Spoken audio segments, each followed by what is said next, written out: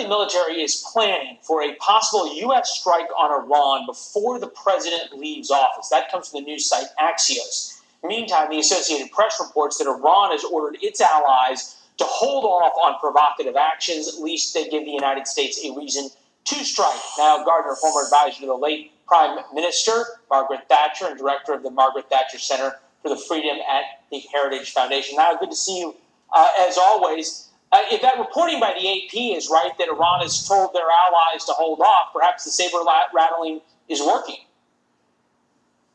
Well, happy Thanksgiving, Lee, and thanks for having me on the show today. And without a doubt, I think there are very significant tensions at the moment between the United States and Iran. And the US has put the Iranian regime on notice. And let's bear in mind that Iran has been hit extremely hard by US sanctions over the course of the last 4 years. The maximum pressure campaign implemented by President Trump has been very successful. This is a greatly weakened regime in Tehran at this time. And so the United States certainly, I think, has had the right approach towards the Iranian regime, a complete reversal of the former appeasement approach.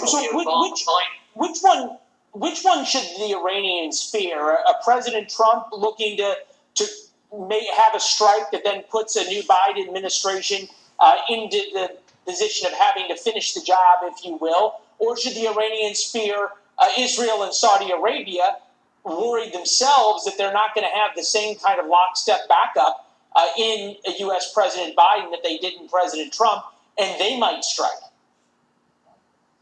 Well, I think, firstly, the United States, under President Trump, has always said that all options are on the table with regard to any kind of action against Iran.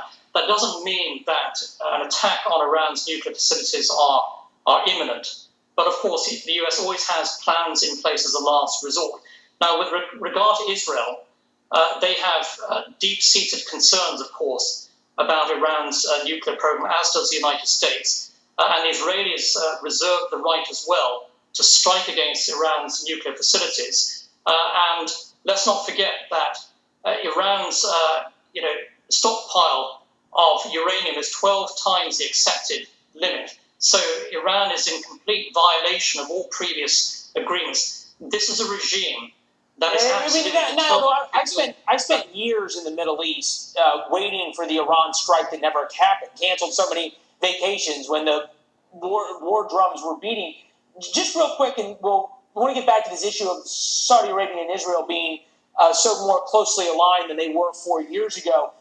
This from Business Insider, quoting a NATO official, "I'm afraid the Saudis or Israelis might see a sympathetic ear leaving the White House and a hostile one arriving and think perhaps this will make a confrontation inevitable." Is the proposed Biden plan of going back to the Iran deal make the Middle East more dangerous or less?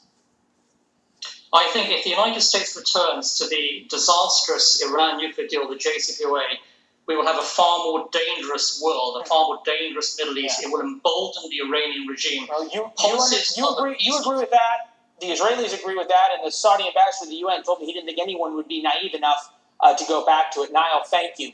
Julie?